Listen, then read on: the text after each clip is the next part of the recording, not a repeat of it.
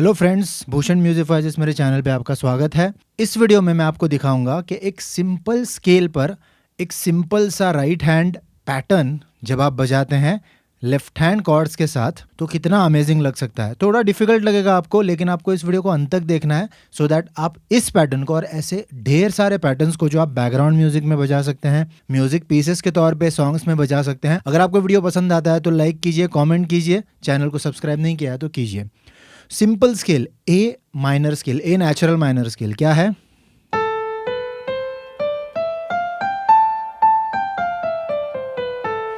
इसमें से प म ग रे इन नोट्स का हमें इस्तेमाल करना है और सा का इस्तेमाल करना है। मैं आपको बताता हूं क्या करना है आपको।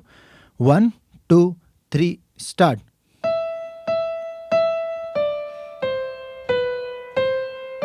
That's it. 1 2 3 स्टार्ट। प प प म ग रे ग म, प प प म ग रे ग म, प प प म ग रे ग म। ये सिंपल पैटर्न है, बहुत आसान है। अब मैं आपको बताऊंगा आपको एग्जैक्टली क्या बजाना है जिससे ये बहुत ज़्यादा ब्यूटीफुल बनेगा।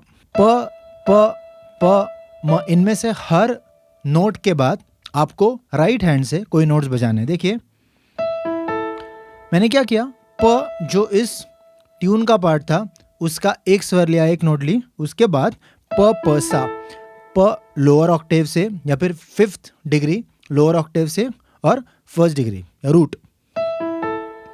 सो इंस्टेड ऑफ प्लेइंग प मैं बजाऊंगा प प सा। अब हर नोट के लिए प और सा फॉलो करेंगे उस नोट के बाद। सो कैसे सुनाई देगा?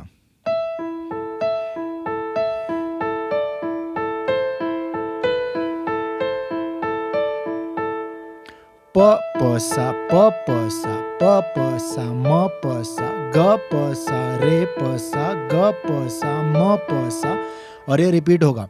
राइट हैंड की प प प म ये जो नोट्स हैं वो मैं स्पेसिफिक फिंगर से बजा रहा हूँ, और ये जो प सा है वो स्पेसिफिक फिंगर से बजा रहा हूँ। मैं कौन सा क्या फिंगर चूज कर रहा हूँ?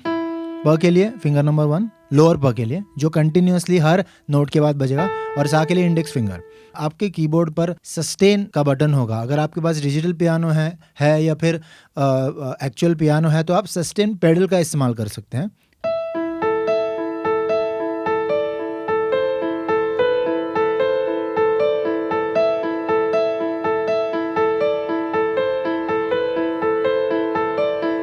मैं आपको बताता हूँ मैं राइट हैंड के एग्जैक्टली क्या फिंगर्स यूज कर रहा हूँ।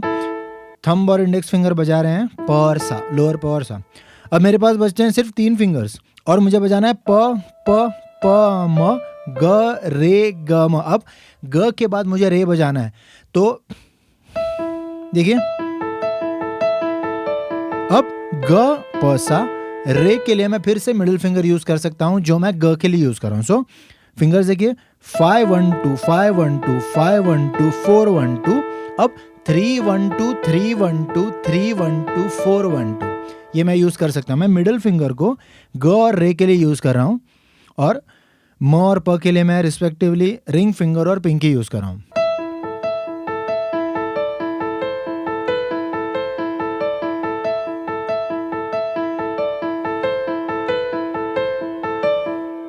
ये चलते रहेगा। इसके बाद हमें लेफ्ट हैंड ऐड करना है। वो इस इंटायर पैटर्न को जो प प प म ग रे ग म, इसको अलग कॉर्ड से एवरी टाइम रिफ्रेशिंग बनाएगा और ब्यूटीफुल बनाएगा। मैं आपको बताता हूँ कौन से कॉर्ड्स आपको लेने हैं।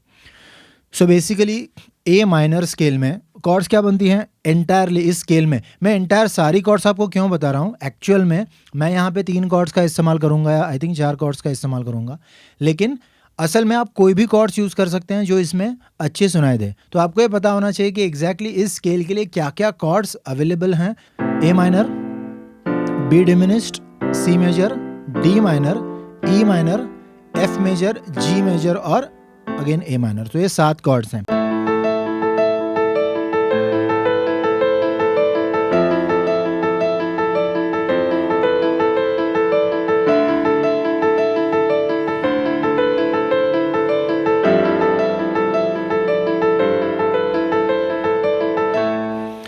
यहाँ पे बेसिकली मैं लेफ्ट हैंड से सिर्फ रूट ले रहा हूँ, मतलब अगर मुझे ए माइनर कॉर्ड बजानी है इस वॉइसिंग में तो मैं सिर्फ उसका रूट लूंगा, ये ये बनेगा।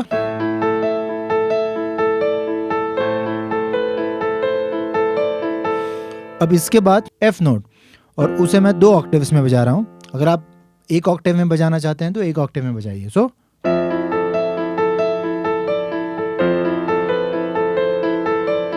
इसके बाद मैं लेता हूं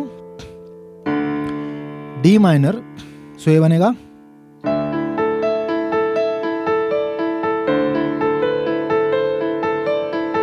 फिर हम ले सकते हैं अब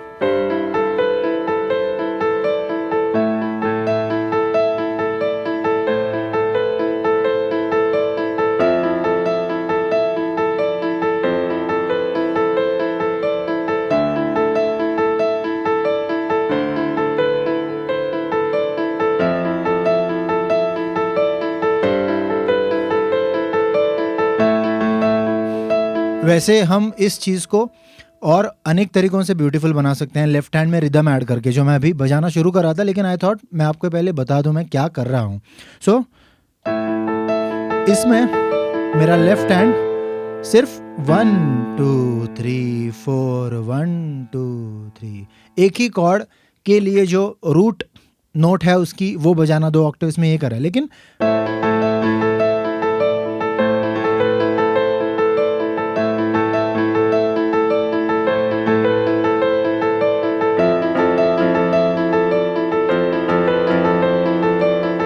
यहाँ पे मैं लेफ्ट हैंड को रिदम दे रहा हूँ, धांग धांग धांग धांग धांग धांग, उन्हीं नोट से जो उन कॉर्ड्स के लिए मैं पहले बजा रहा था।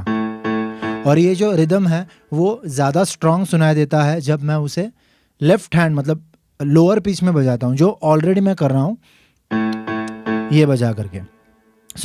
ये एक्सटेंशंस बहुत सारे हैं। आप कॉर्ड की कोई अलग वॉइसिंग ले सकते हैं जिसमें फर्स्ट, फिफ्थ और 8th या फर्स्ट इन हायर ऑक्टेव, वो आप ले सकते हैं, जैसे कि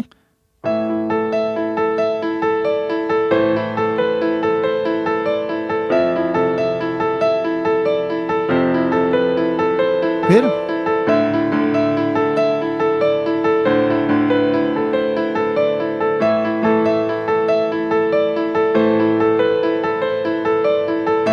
ऐसे आप कर सकते हैं। अपनी कॉर्ड्स में जो कॉर्ड्स हमने तय की हैं उनमें हम ये कर सकते हैं।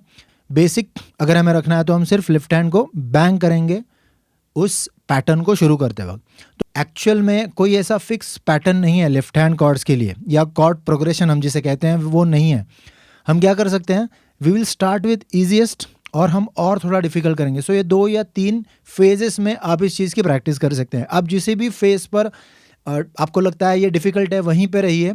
सबसे पहले हमें सिर्फ सही पोजीशन पे कॉर्ड बजानी है, हम एक ही कॉर्ड रखेंगे। पहला फेज इसका ये होगा, सिर्फ रिपीटेशन की शुरुआत में कॉर्ड प्ले करना है, फिर उसे पूरे रिपीटेशन में नहीं बजाना है, उसे बस प्लेड रखना है, उठा करके फिर से नहीं बजाना है।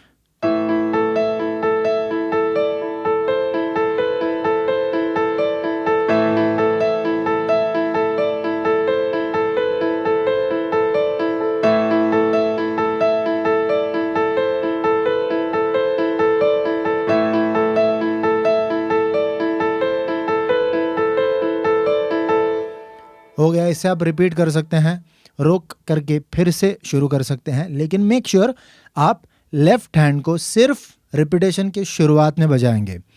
दोस्तों ये इजी नहीं होता। जब हमें आदत होती है रिदम बजाने की, आपको अपने आप को कंट्रोल करना है, लेफ्ट हैंड को जहाँ नहीं बजाना है वहाँ नहीं बजाना है। सेकेंड फेज में हम ये करेंगे कि वंस एक रिपीटेशन के लिए पैटर्न के हम बजाएंगे ए माइनर, सेकेंड के लिए यूज करेंगे एफ मेजर, फिर A minor F major, A minor के साथ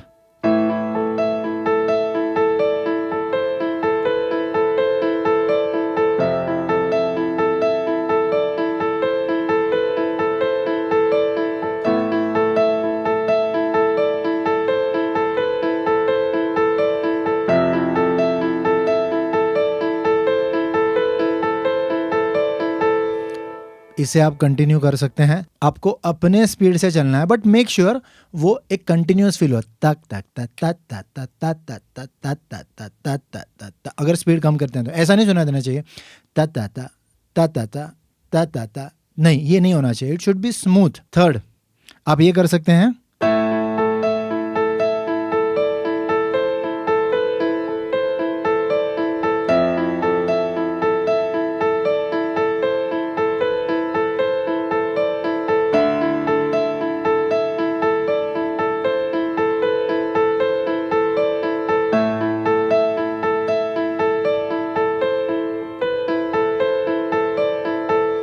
इस तरह से। इसके बाद फोर्थ फेज में हम ये कर सकते हैं इस प्रैक्टिस के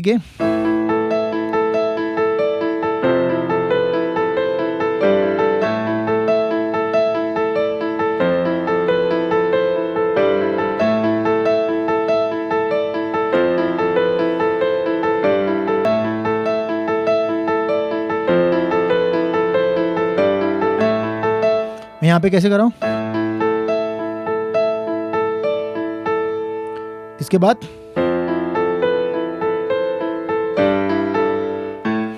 अब यहाँ पर खास तौर पे जिस तरह से मैं ये बजा रहा था, मैंने क्विकली फास्ट बजाया उसे और मेरा ध्यान लेफ्ट हैंड की तरफ उतना नहीं था। अब यहाँ पे इसके पहले जो फेजेस थी उनमें क्या हुआ था, मैं ए माइनर से I was jumping to F, मतलब इन शॉर्ट मैं ए नोट्स बजा रहा था, उसके बाद मैं जंप कर रहा था एफ नोट पे, फिर मैं डी पे जा रहा था और डी से मैं ए पे आया एक फेज में। तो यहाँ पे मैं जो कॉर्ड्स बजा रहा हूँ देखिए, ये हो गया। अब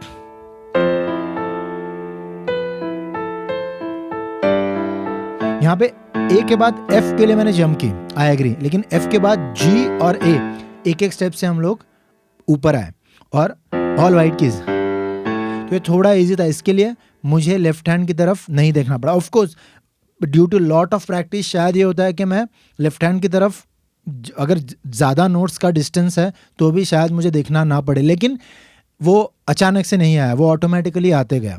लेकिन आपके लिए शायद ये एक एडवांटेज हो सकता है। लेकिन इस फेज में डिफ़िकल्टी किससे बढ़ सकती है, तो एक पैटर्न में आपको कॉर्ड्स ब्रेक करने हैं। किस तरह से, प प प म, इसके लिए ए माइनर कॉर्ड थी। अब ग रे ग, इसके लिए एफ मेजर कॉर्ड थी और सिर्फ एक के लिए म जी मेजर कॉर्ड है। हम इसको इस तरह से देख सकते हैं कि एफ मेजर कॉर्ड से ए माइनर कॉर्ड हम कैसे गए, तो जी मेजर कॉर्ड को पास करते करते। एक्चुअली पासिंग कॉर्ड्स अलग होती हैं, लेकिन यहाँ पे वो फील आ रहा है कि,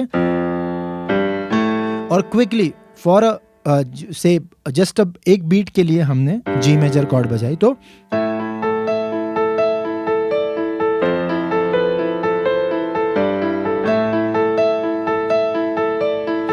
अब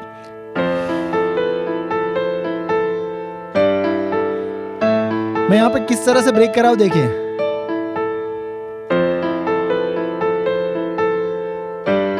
सो आई होप इससे, इन 4 फेजेस से आपने ज़रूर एक ऐसा पैटर्न सीखा है जो आपके ब्रेन को, आपके हाथों को, आपके कॉर्ड्स के नॉलेज को, म्यूज़िक थियोरी के सारे नॉलेज को एक साथ इस्तेमाल करने के लिए आपको मजबूर करता है और आपको ज़रूर ये पैटर्न डेवलप करेगा। ऐसे बहुत सारे पैटर्न्स हैं, बहुत सारी कॉर्ड्स हैं।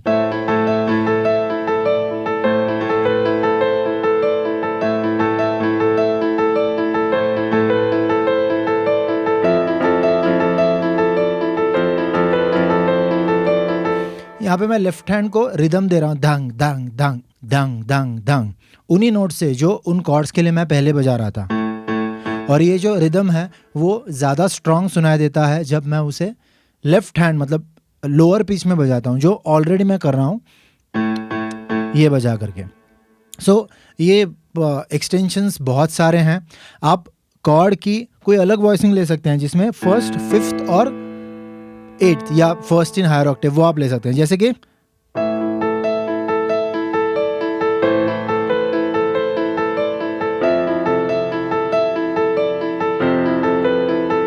फिर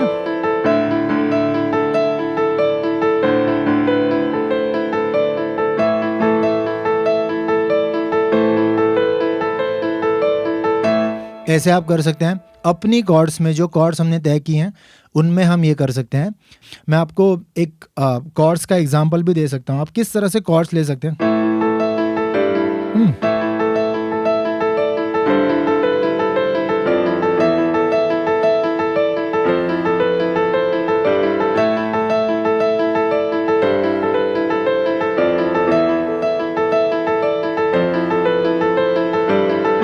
यहाँ पे A minor, G major, F major, E minor, F major, G major, A minor, इस तरह से मैं आया। आप अपने लिए कॉर्ड्स के प्रोग्रेशंस बना सकते हैं, लेकिन शायद वो एक एडवांस्ड स्टेज होगी। ये तो एक छोटी चीज़ हुई दोस्तों, लेकिन ऐसी बहुत सारी चीज़ें होती हैं जो आपको कीबोर्डिस्ट या पियानिस्ट बनने के लिए, प्रो बनने के लिए, लाइव परफॉर्मेंसेस में बजाने के लिए, अरेंजर बनने के लिए, सेशन आर्टिस्ट बनने के लिए बहुत ज़रूरी होते हैं। अगर आपको मुझसे सीखना है तो मुझे कांटेक्ट कर सकते हैं, मैं आपको कोच कर सकता हूँ, आपको गाइड कर सकता हूँ। मेरी वीडियोस देखते रहिए, पियानो प्रैक्टिस करते रहिए। All the best.